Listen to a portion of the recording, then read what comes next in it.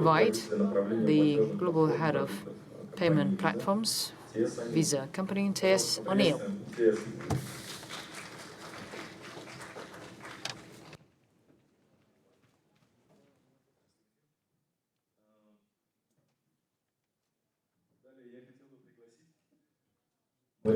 Next one, I would like to invite Krasenkova, corporate clients. Actually, I made a mistake. Maybe not. Head of development, payments, in charge of payments, Bank of Russia. Round of applause. Thank you very much. Next. Anton. Anton Krasnenkov. Corporate Clients Division, Raiffeisenbank. Round of applause to Anton. Anton has unique competencies and skills. He used to develop Visa, and now he is developing corporate clients in Raiffeisenbank. Next, Alexey Petrov, co-founder, president of Skolkovo, APIBank. He's the winner of the initiative. Round of applause, corporate applause, please. Thank you very much. And next one.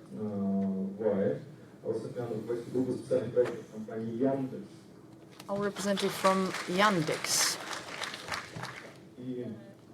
And last but not least, very important speaker is Andrey Makarov, Managing Director, APIBank.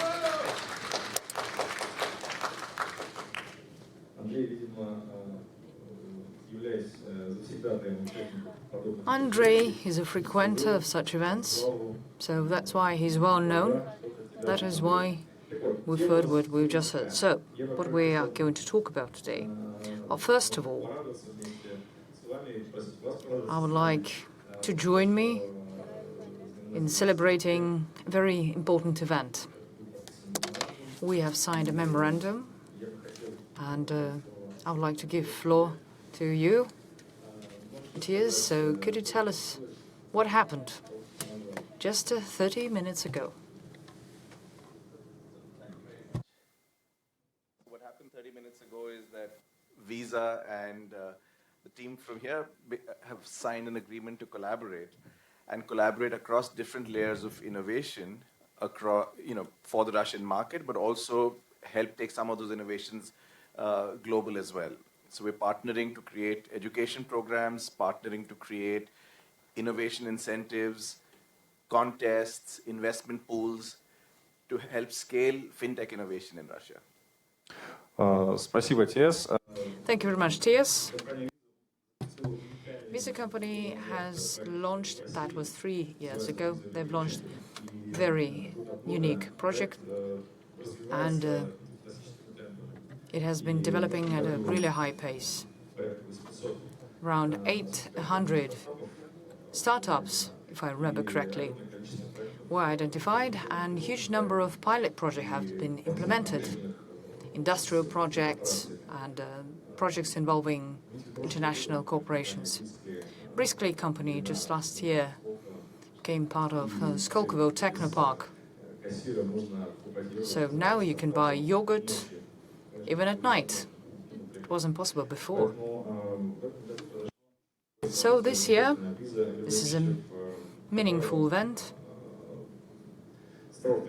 and this has become much more interesting, much more attractive, and together with Visa, Skolkovo has signed a memorandum of understanding, and hopefully this project will impress everyone. So now I would like to give floor to Alexey Petrov. Alexey, definitions, because all these words that we're using, digital platform, open banking, ecosystem, this is very complex. Can you help us here? I think last year We had other terminology, big data, artificial intelligence, and blockchain. It's hype.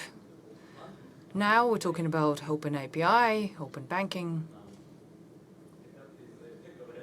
Our guys from AFT are saying that this is ideology. No, they're saying that, Alexey, you're an ideologist.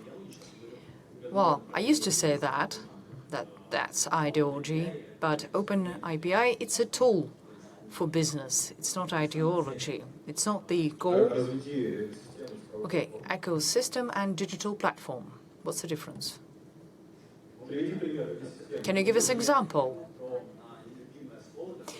There's a word that I don't like. It's called the middleman. No one likes middleman. And I don't like this word. So I think that platform is the middleman that brings together everyone. But it's not based on human factor, but it's digital based. It's a case like you have insurance, car insurance. You know, young ladies are selling insurance, and it depends on the highest bidder. So, digital platform, it's like a young lady offering something. Young lady or a young man. Yes, that is also possible. So, what's best for the client? And chooses the bank that is going to approve this. So, this digital platform is an honest middleman. What's going to happen to it later on doesn't really matter, because it's a tool. But open API, open banking, that's something that helps you to get some profit using these platforms, because you won't be able to place a person everywhere. So in this ecosystem, where are you as a startup, as a bank? What are you actually doing? Well, we are in your cluster, in your IT cluster. Yes, in Skolkovo. And? Well, ecosystem, digital platform, open banking development, 30% that's IT, 70% that's negotiations, looking for solutions, trying to talk to banks, trying to explain something to technical startups because they want this service. We need to explain to them that, for example, here's another solution, this is possible, that is possible. We have Liti shop on our stand. When, for example, somebody comes to you and asks you what can be done with cashback, and we give them a new business. From online, they shifted to offline, and their cashback turned into actual money. So we are looking for new solutions, and that's our role. Thanks to IT and open APIs, we automate processes. And what's going to happen in the future? Who tells you where you should be targeting at? What must be your goal in the future? And how are you developing those APIs that you provide to your partners and middlemen? Actually, it has already been invented. You need to take the best and make it even better. But you have a benchmark, right? You just look around. Yes, something like that. Okay, I get it.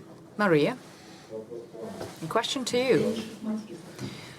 You know, I don't play chess, so in case you have a question about that, okay, forget about chess. Any promising areas for ecosystems from the standpoint of regulators? You are creating something, I know for sure, so I want to take a peek, sneak a peek into the future. Okay. A couple of words about the present. Not once, colleagues said that we already have something to be proud of. I mean, not only regulators, but us as a market. So currently, just a couple of days ago, I was looking at adoption index, and Russia was number 3. If you compare it with global innovation index, we're far from such place. So in this case, it's great. And from the standpoint of FinTech, innovations that people are actually using. That's the segment that is in demand, and there are a lot of changes. People are actively using innovations. For example, in 2015, based on Global Adoption Index, there was only 15% people knew about innovations that were available. At the moment, it's 96%. So 96% of people are already aware of innovations in transactions and payments. And as for us, we are in top 3. We are leaders, and it has to do with card payment systems. I was told that we don't need to use the word card. It should be payment credentials. And in Russian, it's going to be. Unfortunately, my colleagues haven't told me that because they were English-speaking representatives of Visa company, so I know only the English version. But speaking about our market. Okay. Yeah, I hope I will get the proper translation. Поскольку вы понимаете, Центральный банк... You know, we are trying to be very precise in terminology in order to avoid misunderstanding, and we'd really appreciate your help. So once again, speaking about the market, the key driver is still cards. Just 3 minutes of your time. But I think we do have something to be proud of. We have 276 million cards, and that's in the first 6 months. Maria, your phone is ringing. Do I have to answer it right now? Turn it off, please. We probably said something, and that's why somebody is calling you. Okay, next. Maybe it's one of your... Nevertheless, meanwhile, let's hope that this call was related to other working issues, and let's continue with cards. So the growth we see now versus first half year last year is 30% in quantity and 16% in volume. This is a really good indicator. We're growing not from the zero. The market is quite saturated. And how long this growth will continue? The speed is huge, and where do you see at what point will this growth be exhausted? We still hope that starting up the faster payment system and structure projects, we will enhance migration to cashless area. This is one of the priorities of ours, and at least one of my key indicators as a person responsible for payment development. At the same time, there's no specific KPI that we need to fill up 100%, 90% or 80%. Of course, we don't have such a KPI. We, as a regulator, we truly believe that this should be reached in an evolutionary way. There's no correct answer for all markets. There are also specifics, always some details, and we can see this trend. We expect that till the end of the year it's going to be 65%. Now we have 61%, 61.4% for cashless transactions. And let's wait and let's see. Thanks, Maria.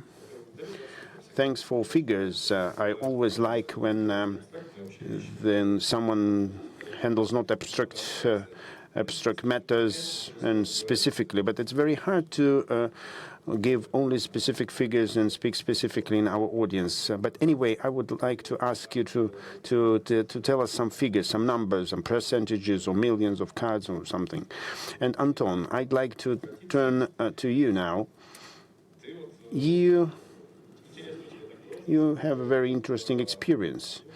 You played 2 roles this year, as I mentioned already. Visa Everywhere initiative. You took some part in this project. And, well, Anton was one, well, I'd like to use a bad word now. It's a queer car in when car finds you try to start up with a queer starter this enterprise, and now you are working in one of the banks which got together some information about together with startups, top 30 and Raiffeisenbank, is in top 5 now in the level of digitalization. In this whole digital area and environment with connected services and connected to FPS system. So Raiffeisenbank is at the very edge in top 5. So tell us, please, I'd like to torture you a little bit with startup issue. You created a platform which helps to startups to interact with you, haven't you? I know the answer is yes, you did, you organized it. So I'm starting from the very far end. Yesterday I read an article from Brad King. You all know who is Brad King, most of you I hope. He carried out a short survey, a short study to confirm his hypothesis. He studied European and US markets, and he tried to find answer to the following question. Who was the driver of innovations in banking industry in the last 20 years? The answer was that traditional banks were not pioneers there, and in none of innovations actually for the last 20 years. And moreover, they were not only pioneers, but they have not accepted those innovations. They haven't used the innovations which have already been implemented by that time. And according to his hypothesis, traditional banks, given the speed of development, will still be playing the same role, the role of catching up organizations. This is, of course, a little bit hurting for their feelings. Well, I read it just yesterday, and secondly, well, I do not think like that, because if we take the experience in Russia, the experience here was a little bit different. What Raiffeisen did not to be in the category of traditional banks which are not innovative. First, we still doing this job of organization. We are in the middle of agile transformation. We have more than 20 agile teams which take autonomous decisions on development of their products in terms of investments and in terms of their P&L. It added some speed to our bank, of course, in working on hypotheses, in confirming or negating them, in the implementation of the endeavors. The second technological thing which we are evidencing now, micro front ends, micro back ends, which allow teams to be more independent from each other and will allow make them changes without waiting for other teams. This is one of the tools which is now in progress. And the third thing, each of teams have direct access to clients. Each of teams is in process of learning or in the process of customer development, so we can see this direct link to the client, which will impact the speed of reaction to client requests and would improve the relevancy of decisions. Maybe these factors supported our ratings and was really beneficial for us. As for FinTech, we have an innovations lab under the head of Evgeny Ovchinnikov, who is the driver of all what happens in the lab.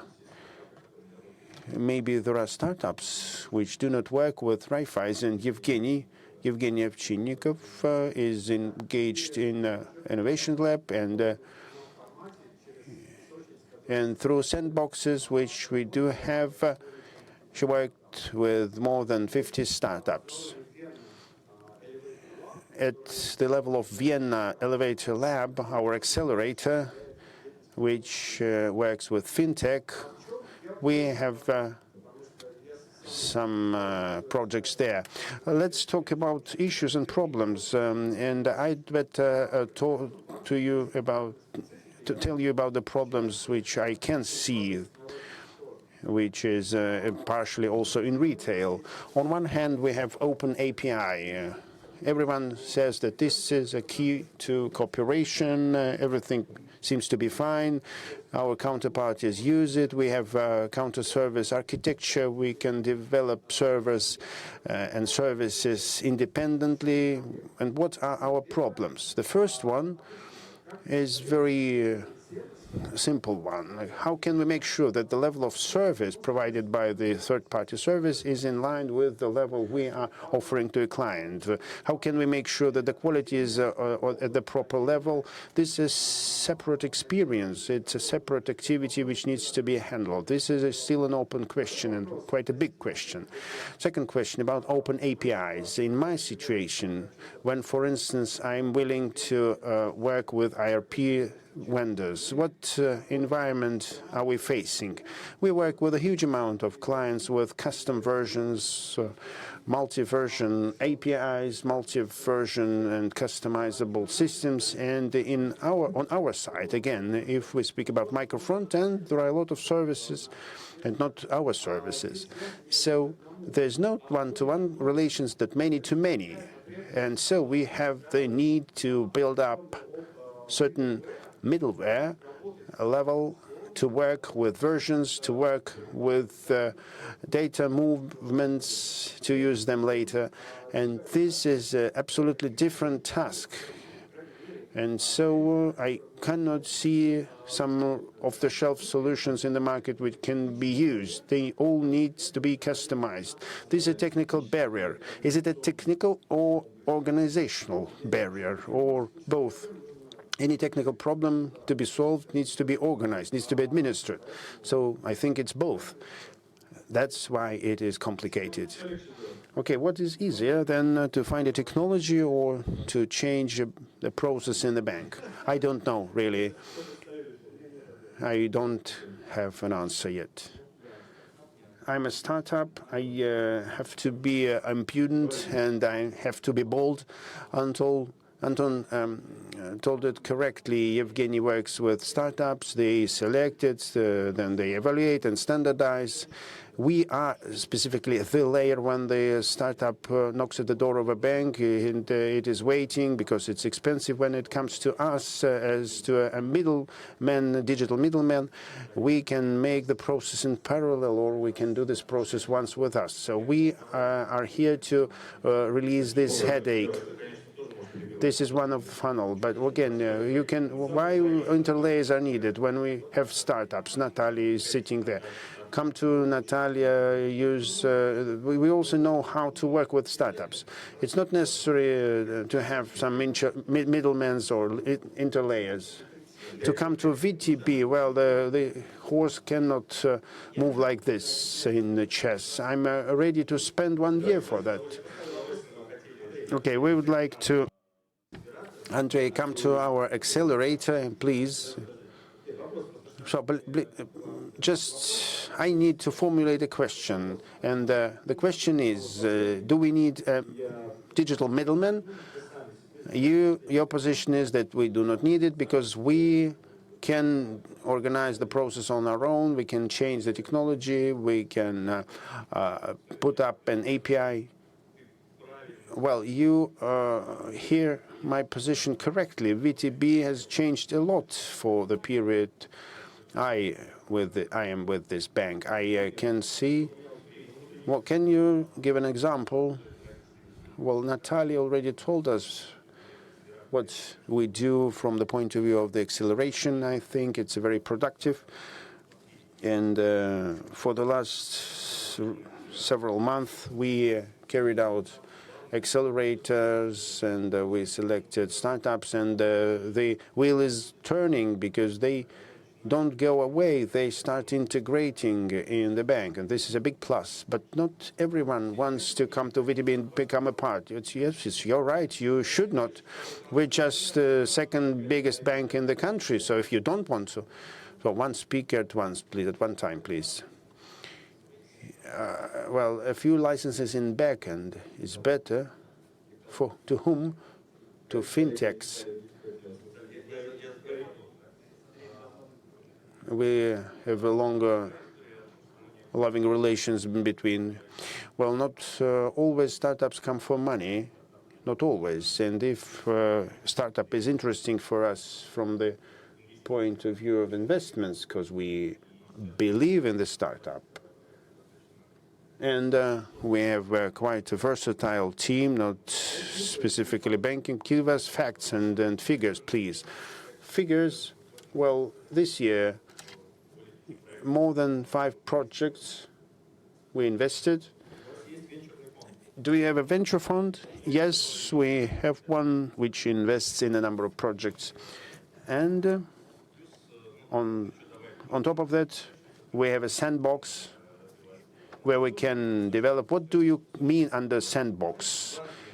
Well, it all started in England some years ago, and when regulators started their sandbox, maybe Masha will tell us more about it.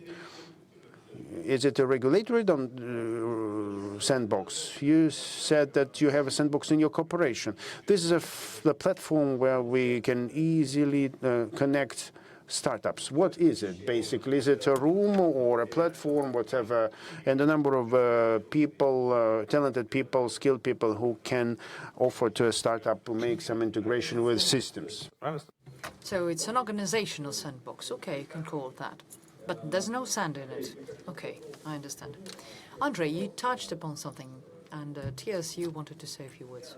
I want to go back to the way you framed it earlier, Pavel, right? You were saying, what's the difference between a platform and an ecosystem?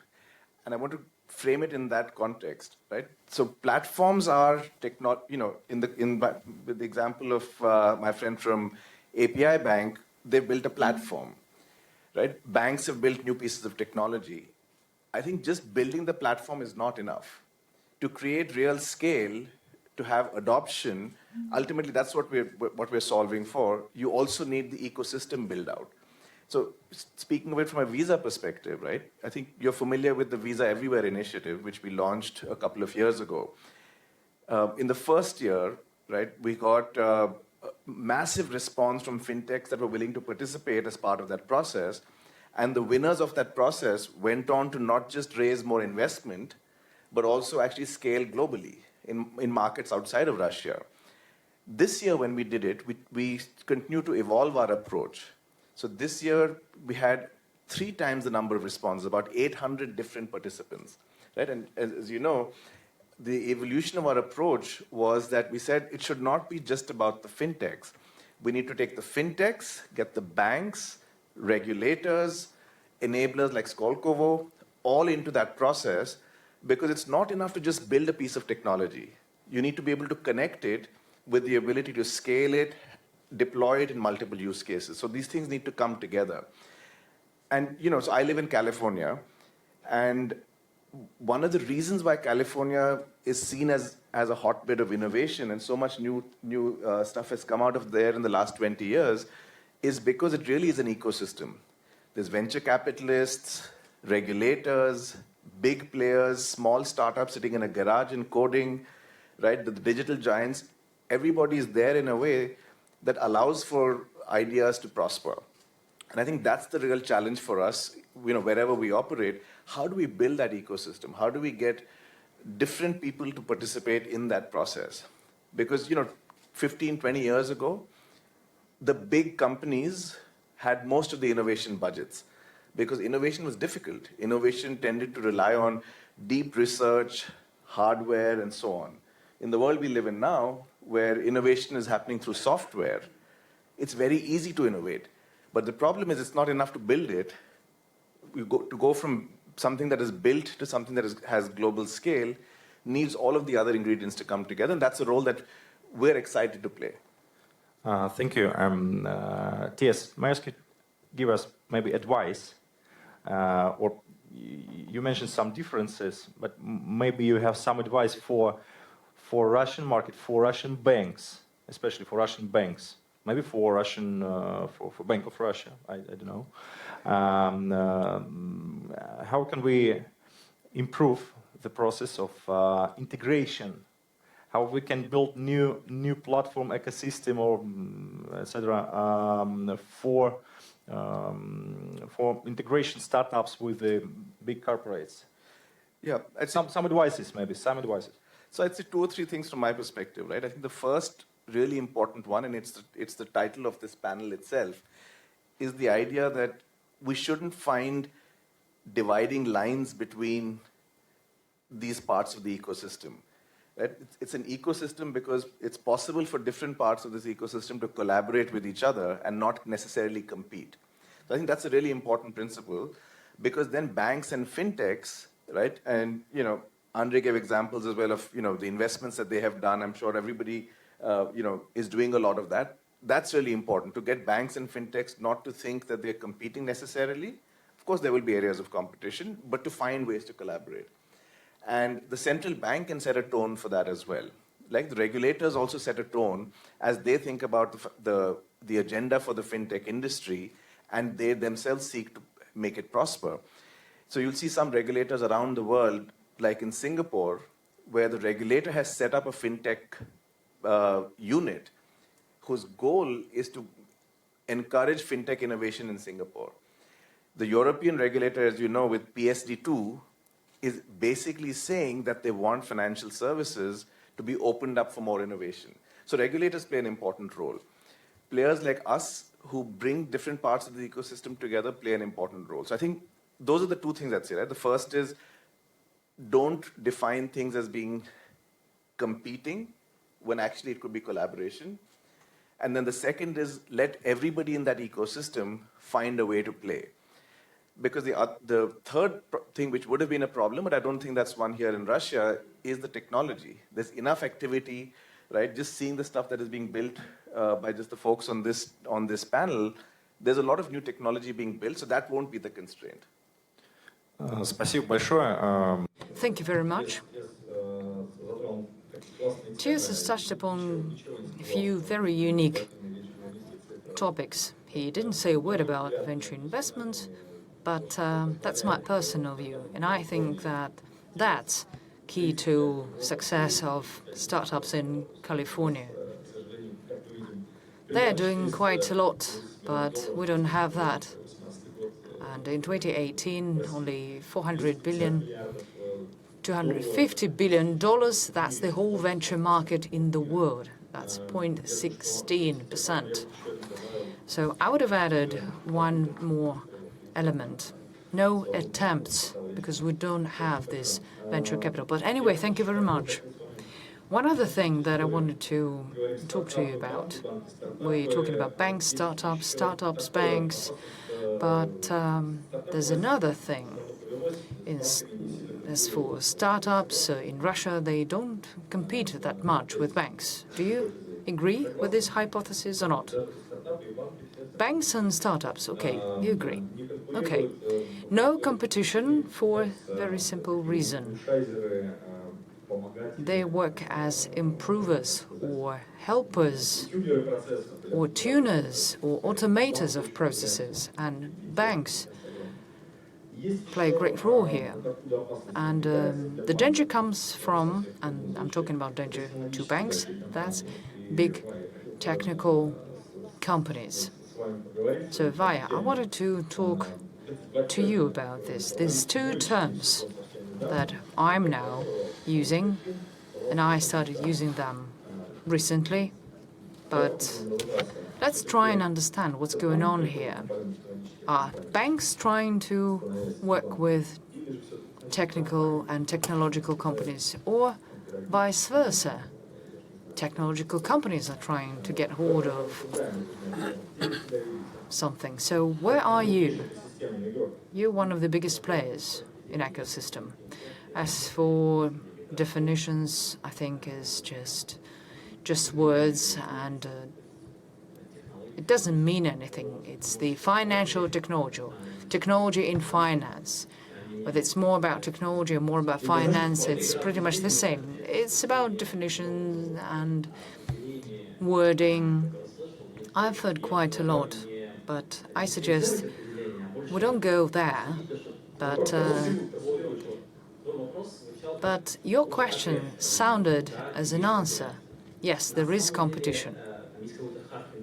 And there's hard competition, you can call it that. That's what I've heard. But globally, I think it's some kind of mystification. I can explain why. Just for a second, forget about Russia.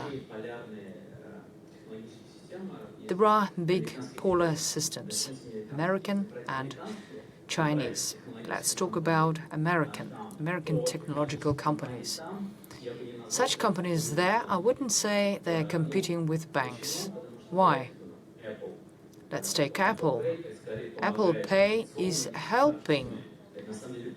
So they're helping banks. It's a cooperation. Next one. Apple announced that they're going to use credit cards, but once again, that's working with the bank, FinTech and bank. Take Amazon. They're trying to build something around e-commerce, and they have financial services as well. Or, for example, you can take Visa and Amazon. It's a co-brand, if I may put it this way. Once again, it's cooperation. There are many other things, but that's about using lending resources of banks. I'm not sure about Amazon, but and Google, by the way. They have Android Pay and Google Pay, but they are investing actively in all financial startups around the world. And probably there are some cases, but confrontation, not in the US. I see cooperation, collaboration, not competition, not confrontation. But in Russia, we like Chinese examples. We like to compare East and West. So there, they like WeChat Pay, Alibaba, Alipay. You know the examples, you know the cases. So once again, it's FinTech and banks. But actually, it's not like that. It's not exactly so. But when Tencent Pay, WeChat Pay, I don't know, it doesn't matter, or Alipay, when they started developing cash-free payments, amounted to a really small share. So it wasn't competing with the banks. They were not trying to occupy a certain territory. They came to the open field. They were actually creating something. Yes, they were creating something. And I think it's more about a different question. Is it banks or is it FinTech? Who comes to whom? Alipay, WeChat Pay, or banks? So the question is, or was, who came first? And it's not about the creation of technology, but adoption technology. So, based on these examples, and there are no bright examples, actually. Or if you take Indonesian case, they have pay technologies as well. But one of the key topics is that in Indonesia, they have adoption. But actually, I don't have the information, so I can't tell you much here. But what they promoting, what they're telling investors, that it's contact-free, cash-free payments. Once again, the share is really small. Their banking system is weak. In Russia, no doubt, banking sector is really well developed. It's very powerful. So no doubt about that. So all in all, our experience and Yandex experience, but that's a different story. Yes, I'd be interested in your projects. We have a lot of projects. Which project are you particularly interested in? In special projects, I have no idea what you're talking about. We have plenty of projects. The way you asked the question, which is, are banks going to the FinTech or big tech, or a big tech coming? I think it depends on the level of regulation in the market. So in the markets where there is less regulation, big tech and FinTech and startups feel like it's an open field, to use your word, right, where they can play and they don't need the bank until it becomes big enough that the regulator pays attention. So the examples of China, even Indonesia with Gojek and so on, where the regulation is light to begin with, the banks are trying to partner, but the fintech or the big tech player feels like they don't need it. But in the more regulated markets, the technology players clearly see that, look, they don't want to be a bank. They can't handle the regulations associated with the bank and allocate capital and everything else. So there, they need the partnership. They feel like they should play a certain role and the bank should play a certain role, and those two roles can be collaborative. Абсолютно согласен. I agree, absolutely. So, special projects? You mean, where are we working with someone? I'm just trying to understand what your question is about. Can you give us some examples? Well, we collaborate and work closely with a lot of companies. And we have a JV with bank. And it's not about Yandex money. But actually, Yandex money has two areas where we are working with banks as well. So that's example number one. Example number two, but actually we're working closely with not one, but several banks. We have a mixture. We call it co-brand cards. So some of these co-brand cards were very unique because we have launched two projects with two banks. It was seamless and, well, now it's not seamless experience, it's quite standard, but as soon as you activate your card, your loyalty, you activate certain features, so it becomes your payment solution. You don't need credentials, you don't need to re-enter, so it's very seamless experience, and that's what we can offer to our clients. So that's example number two. And the third thing, every several hours, and we have huge amount of different services of different sizes. They cooperate with payment systems, with banks, where we provide special conditions for clients. And these are examples of for wins. Win by client because he gets lower price, and the bank also wins because they increase their share, the transactions, loyalty. Services, Yandex services also get benefits from in the form of higher loyalty. And here we cooperate with many banks.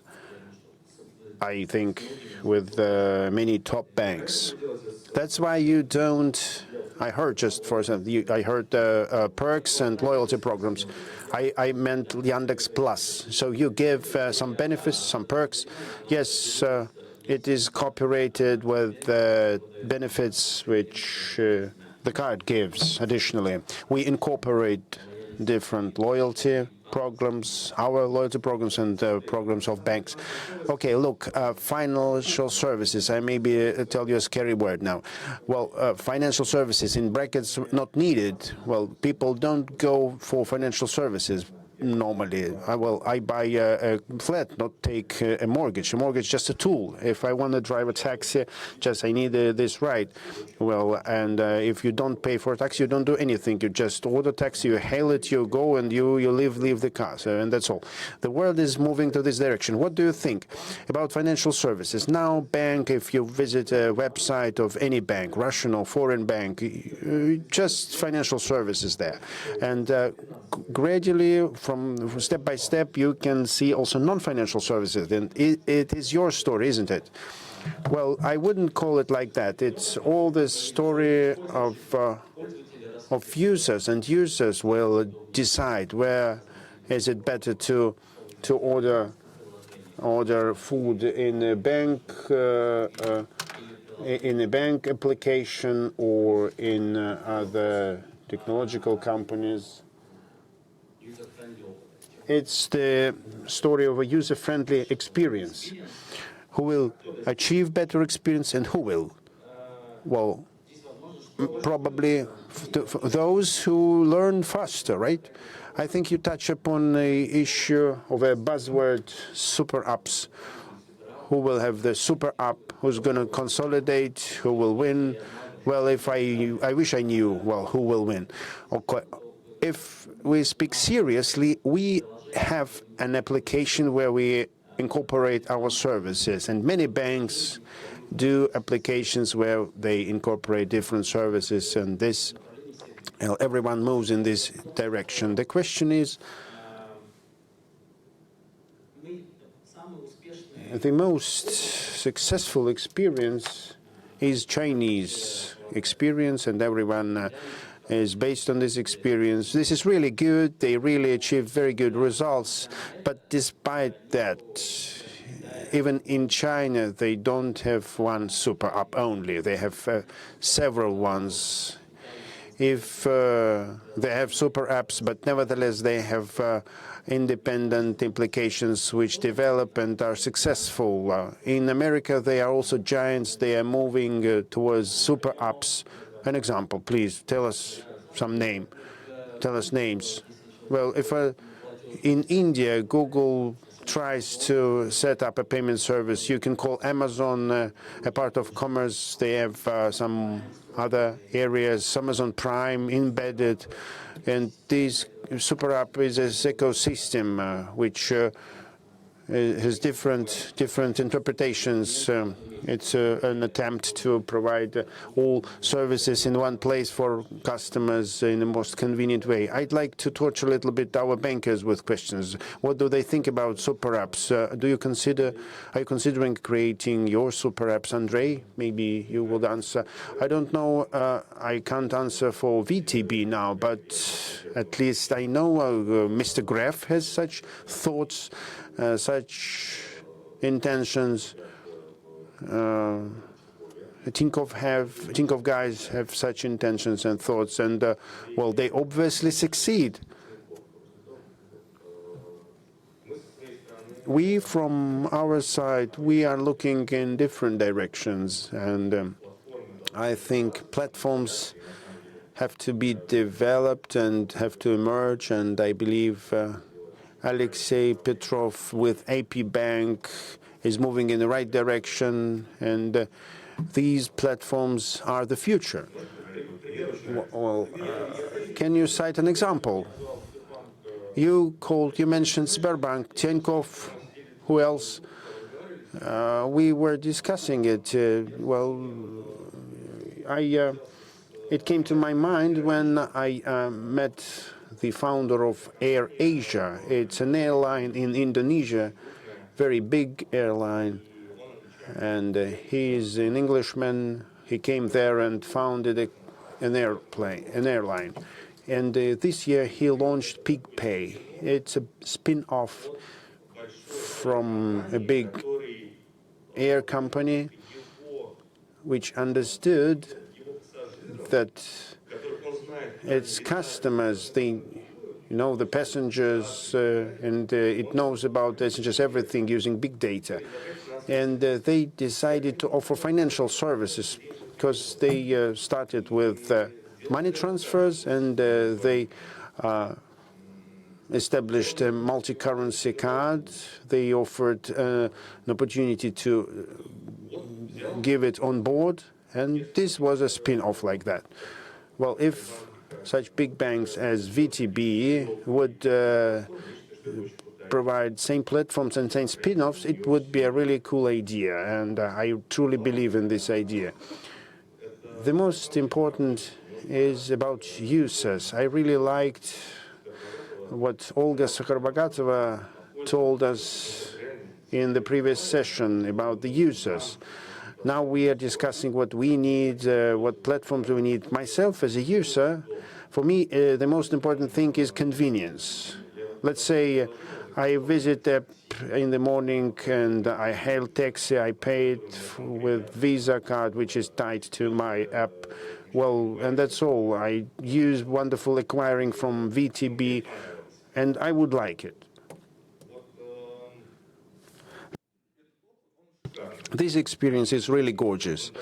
And, well, in Indonesia, there are a few similar super apps which began not from financial services, but from different services.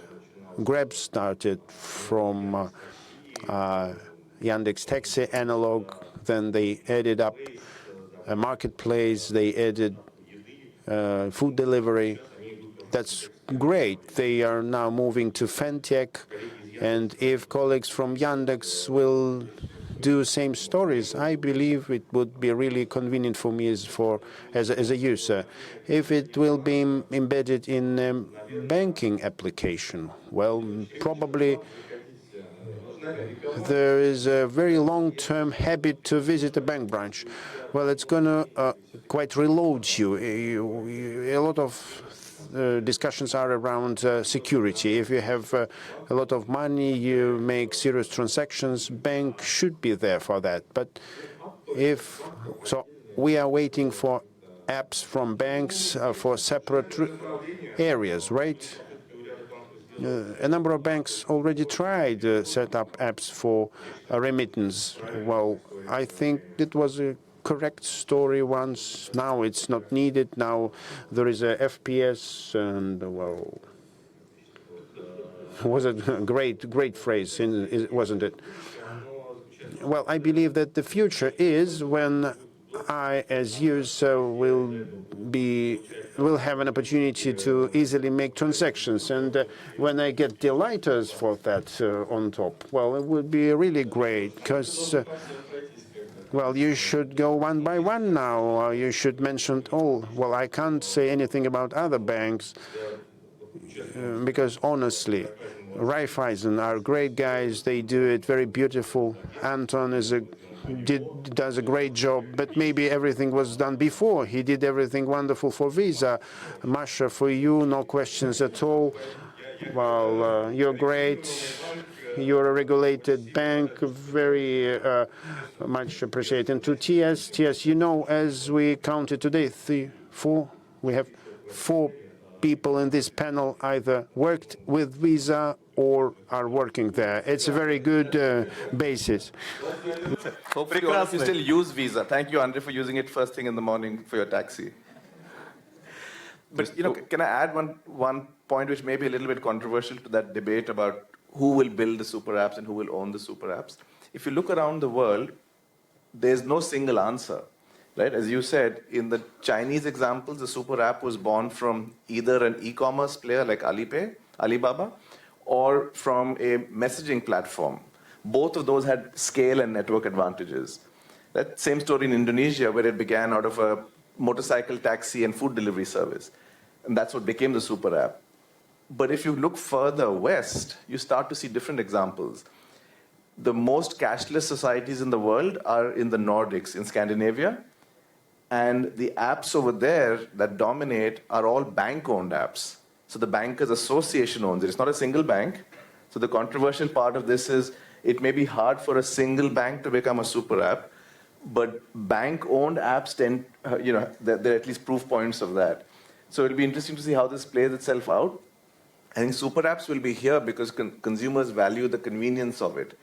The trade-off, which is now starting to kick in, is the trade-off of privacy, security. Do I feel comfortable with one person having so much data? And in some countries, that ship has sailed. But in a lot of other countries, particularly as you come out west, that's a real issue. So super apps have a natural headwind against it, which is why players like Google, even though they do so many different things, haven't yet combined it, I think, in a super app, even though there's YouTube and everything, there's so many different things you get from them, that consolidation hasn't quite happened yet. Dear colleagues, I'd like to give an opportunity to our audience to say a few words. Just a quick comment, very briefly, please, to have some questions some time for questions. I can't answer the question whether super app has future or not. On one hand, it's all logical, but on the other hand, it looks like utopia and universal combine. What I do understand, let's take Yandex ecosystem. This is a separate application, but now I think how I go deeper and deeper in every application, car sharing, taxi, food. I do not look for alternative. I just use these services. And despite the fact that we do not have a super app, it's a good client experience. And generally speaking, it doesn't matter for me, do I have only one app where there is everything, or I have a number of apps where from the context point of view I can get the service I really need. I believe that the solutions will build the future which are predictive. When they take everything from you, which from the point of view of the algorithm is not needed, they put it away to make the algorithm work efficiently. Of course, big data are needed here, yes, and this is a question of cooperation of all three participants which we mentioned in our discussion. And this algorithm should offer a solution to me which I need in a specific context, and then I will love this application. I will not maybe need everything in one place. I need a specific solution for a specific situation. Anton, you're a quite old man, right? I'm old too already. When I communicate with children, and sometimes when I make surveys, well, they want to have everything in one place. The question is, I don't know about financial services they use. The young people don't have a lot to do still with financial services, but in all other things, so some conventional Jasper or voice system, maybe it's not an app at all. It's not an app. I agree. On this wonderful point, I just want to get one question from the audience. Please raise your hands and please use the microphone.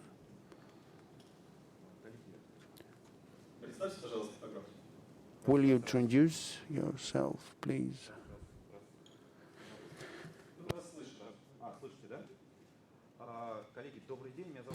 My name is Alexander Grishev, Kaznacheyski System Company, Treasury Systems. Maybe it's a different topic. You speak more about services, B2C services. And do you have a story with B2B? Could you comment shortly on that? Because I'm really concerned.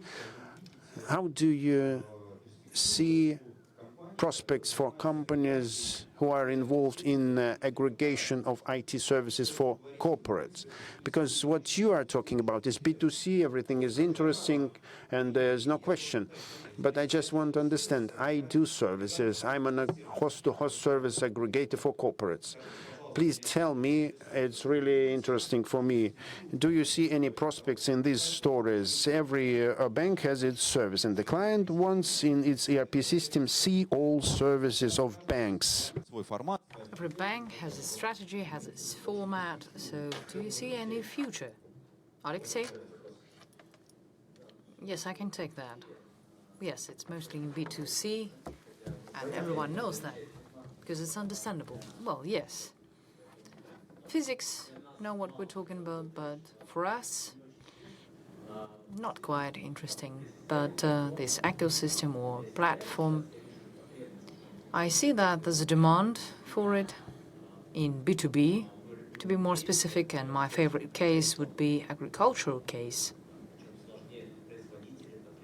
And we have consumers, manufacturers, and consumers are buying protein, not grain, and there are drivers working for themselves. Now we have tax authority, now we have different regions, and based on this platform, working with different banks, not VTB only, many banks, we're trying to bring this together. It's huge business, but no one is interested in that. So we have cashback Liti shop, but yes, it's in B2B, but big solutions. It's there. Yeah. So we're working on it, and we have platforms and B2B. It's interesting.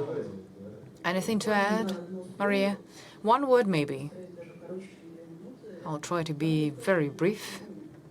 I can say that for the central bank, we do see some future, and it's quite promising and bright. And we're interested in development of B2B solutions, for example, as for financial information, and that's for corporations, so that they could actually use it and work with many banks. And the Russian bank payment system, that too, These are services that are of interest to business. So there's a trend, yes, I agree. Maybe it's not that hype, but it's drive all right, and I'm sure solutions are there, including central bank, and everybody is working on it. One of the biggest news is still about VAT. If you know, since April it's zero, so it's integration and tax administration and trading platforms and e-commerce. It's about millions of citizens, well, hopefully millions, maybe thousands of citizens in Russia. They are going to sell something. So, colleagues, that concludes our session. Thank you very much. I would like to thank our panelists for being so sincere. So if you have any questions, we can take it offline. So thank you very much.